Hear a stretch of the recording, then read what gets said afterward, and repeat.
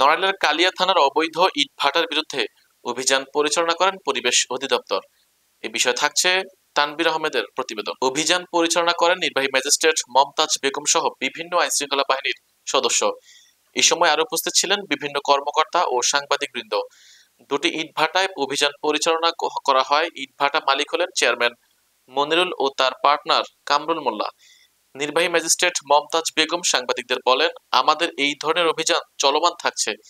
যেখানে অবৈধ ইটভাটার সন্ধান পাবো সেখানেই অভিযান পরিচালনা করব।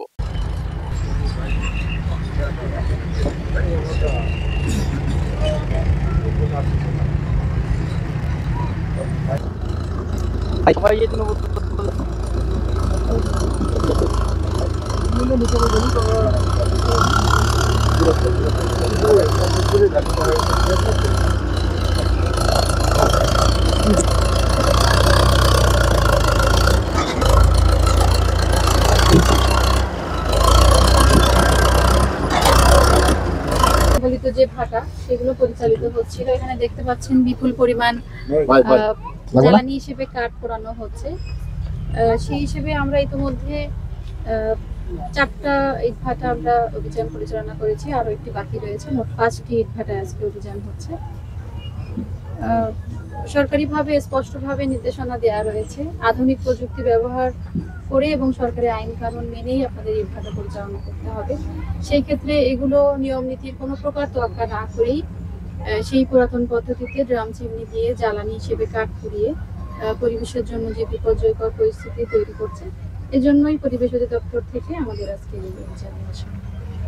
কোনো ভাটাকে কোনো জরিমানা করা হয়েছে কি? জরিমানা আসলে করা হয়নি, কারণ জরিমানাটা করে এই ইট ভাটাগুলোর ক্ষেত্রে আসলে জরিমানাটা ঠিক ওভাবে যায় না। এগুলো ধ্বংস করে দেওয়া অর্থাৎ গুড়িয়ে দেওয়াই আমার মনে হয় একমাত্র সমাধান।